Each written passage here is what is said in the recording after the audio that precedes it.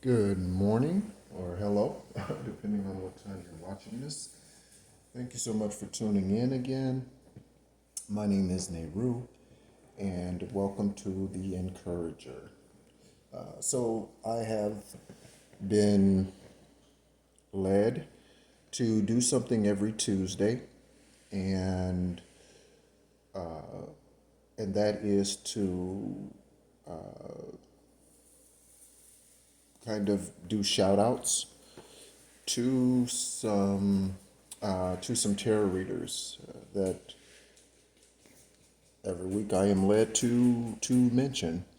And so that's what this video is. It's Terror Tuesday Terror Readers something or other. I'm not sure what I'm going to title it, but just wanted to again for me give credit where I believe credit is due, and so for those of you who are just listening to or tuning into the channel for the first time, as I mentioned, my name is Nehru.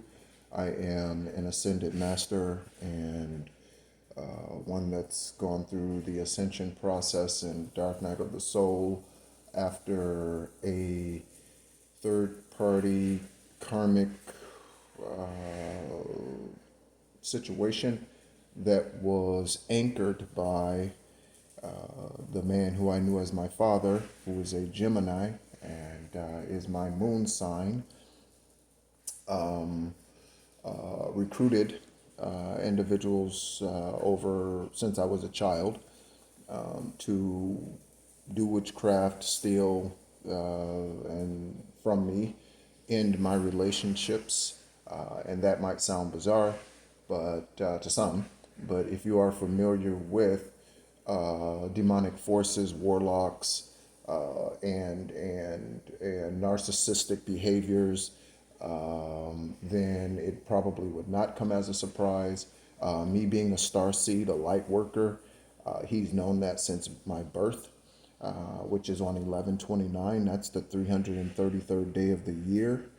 I am also a healer. I've healed myself more times than I've healed anyone else, including healed myself from seizures. I served 8 years in the military. I healed myself also after being on dialysis. 3 weeks, 3 weeks after declaring the statement that I was declaring, I received a call about a kidney transplant being available for me, and that transplant happened on 7/7 of 2017. And so synchronicities have followed me my entire life. 33333, especially because that's my date of birth, and 33, as well as 29, 11, 111, 1111. And so I am a healer, as I mentioned, and my healing has taken me through some interesting twists and turns in life. Because of my unconditional love, that is the healing part of me. That unconditional love, much like Yeshua Christ, his unconditional love is what allowed him to go through the physical torture and torment of being sacrificed physically. It was his unconditional love for his father first and then for man. Okay. And so I've always been that way. And again, it's led me down some interesting roads, not all for my good, uh, or at least not all positive. Some were hurtful, including that karmic situation that I've mentioned that was dealing with about five Scorpios, and including the woman that I was engaged to for almost 2 years. She's also a Scorpio, and she's a twin flame. We're 8 days apart, exact or 16 days apart, exact same year. Both born in the Midwest. One has adopted a child. One has given a child up for adoption. Both were infants. And I don't like saying giving a child up for adoption. You're sowing seed into another family, and that particular family, they were multiracial, and they wanted the same, but they weren't able to physically. And so there was a child, an infant, newborn, sown into them. And then, along with that, as I mentioned, I'm a kidney recipient. She has had a kidney removed. So I have three kidneys because, again, three, they don't remove your native kidneys anymore. And she has one. And there's various other career goals. I'm an accountant, or was an accountant for many years.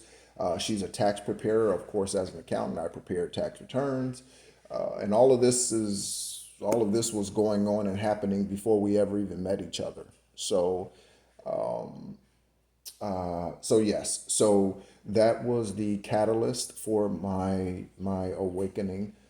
I've been celibate for a long time now, and I am waiting on my soulmate to arrive, and so I'm not out there dating on dating apps or anything of that nature. But anyway, that's not what this video should be about. So, a couple of readers that I want to mention is one is King Justice, and he is definitely speaking to chosen ones, light workers, star seeds. And so, if you ever have the opportunity, or you feel as though you are chosen, you are a part of the 144,000. I am certain I am. And again, I've known that I really had that unction before even awakening. There's so many things that were just confirmed after the awakening that I really had. If someone interviewed me, I really already had strong inclination and strong indications of. So King Justice, that's one I would like to mention this week. Another is Deity Rising, and she's exceptional when it comes to your bloodline and determining. I know I have a royal bloodline. It's an Egyptian shamanic bloodline, very closely related to Ptah, and so she does an outstanding job of going deep into those and what they mean for you, and things to look out for, what their journey was in their time here on earth, and so on and so forth. So very, very, very interesting, and great, again, for chosen ones, light workers, and those who are of the 144,000. The next that I would like to mention is the Palladian High Priest, and his name is Brandon. And I think I mentioned him actually last week, but I'm going to mention him specifically. I will probably mention every week because I know for sure he is a confirmed Soul Tribe member of mine. And so, whenever, again, this is my unconditional love expression. And so, whenever I have the opportunity to promote someone, I do that. And I remember looking back, even when I was in low vibration, functioning unconsciously, like so many of us do, and not consciously. I remember I'm a giver. I'm a giver, and that giving is from the love. And I would promote people all the time. Again, I've owned my own accounting firm for a number of years, and I've since done away with that, because this is my sole focus, is to heal and heal the nations, which the nations are the people. The nations are not the dirt, or continents, and things of that nature. And so, yes, so I've always heavily promoted others. If any of you are familiar with BNI, it is a worldwide business networking organization. I was a part of it on two separate occasions, And so heavily promoted businesses that I felt led to all the time. So that's just part of my love language. It's okay. So the other one I would like to mention this week is Goddess Queen Just Me 23. She is another one who speaks heavily to chosen ones, and to the oracle that we are. And the next one that I would like to mention is, and her readings are a little longer, and some of them are, and that's okay, is Sassy Scorpion Tarot. Her name is Christine. Some of them I do not know their first legal name, but I do know hers. Hers is Christine, but again, her page is Sassy Scorpion Tarot, and she is again exceptional. One of the things that I want to mention in regards to determining the tarot readers you should listen to and you shouldn't listen to, and kind of filtering through. So you have to understand that first of all, the beings reading the tarot cards, they are also dealing with the 3D world as well. Okay, and so if someone, for instance, I've listened to tarot readers, and everything they say, they are so focused on the negative that if they do a 30-minute reading, only the last 10 minutes are focused on the positive, right? Those are the tarot readers, honestly, that you want to stay away from if you find it a consistent thing. Now, if it's a every now and then and that speaks to you because that really is where you are, then that's fine. But if you know that you've risen above something and they're continuing to speak on it, I encourage you to no longer follow that specific tarot reader, because they are they are reading for someone else. If they're still reading from that energy, there's obviously billions of us here on the planet. So they could be reading for someone who hasn't gotten to that process, and that's just where they're meant to stay, right? And so I have realized that over time, the tarot readers that I started out listening to, that I don't even, that I, many of them, most of them, if not all of them, I don't even listen to anymore, because I've graduated beyond whatever it is that they are meant to speak on. Okay, and so that's just a word of advice. And yeah, so the last one that I want to mention is Seldom Dreams. And I don't recall his name, but he is, I love his passion. I love his I tend to function on a speed and accuracy kind of philosophy, and that comes from my military. It is possible to move at 100 miles an hour and still be accurate. I believe that 200 miles an hour, 300 miles an hour, and still be accurate. Yes, it takes more skill, but it's possible. Okay, and so I that tends to be my mantra. There are times like now when and those times are not often, thankfully, when I am called to have an extreme amount of patience, because the work that I've done is done, and so there's nothing else for it. And that's something for probably for someone to hear.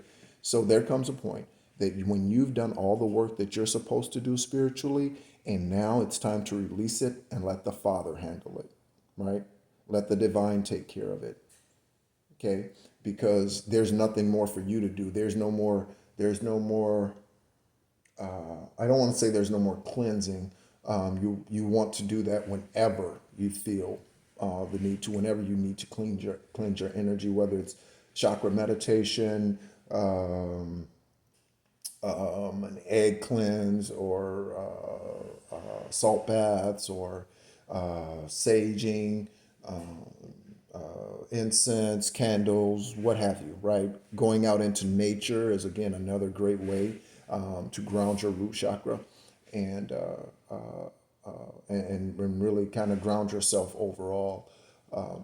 So, however you're led, however, it's kind of like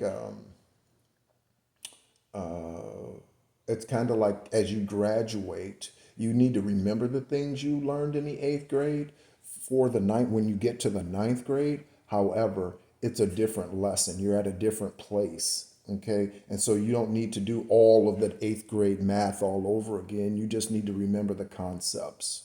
Okay. And so there's a confirmation.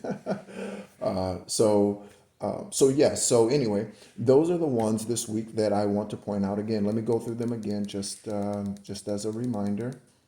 Okay, so the tarot reader shoutouts for this week are King Justice, Deity Rising, the Palladian High Priest, Goddess Queen Just Me 23, Sassy Scorpion Tarot, and Seldom Dreams. So anyway, again, my name's Nehru, and I am the encourager. Thank you so much for tuning in. Stay tuned for other videos I will be posting, specifically focused on how the deconstruction of the church it needs to happen first of all, and the exposing and removal of the karmic Christians. And no, not everyone is, obviously, right? But so many of the Christians are karmic, or not karmic, excuse me, narcissistic, because that's how they draw you in. And narcissists never want to be exposed. They never want to be challenged. They walk around beating their chest, right? Until someone slaps them in the face, right? And so, anyway, thank you so much for listening. Please feel free to take a look at the other videos, including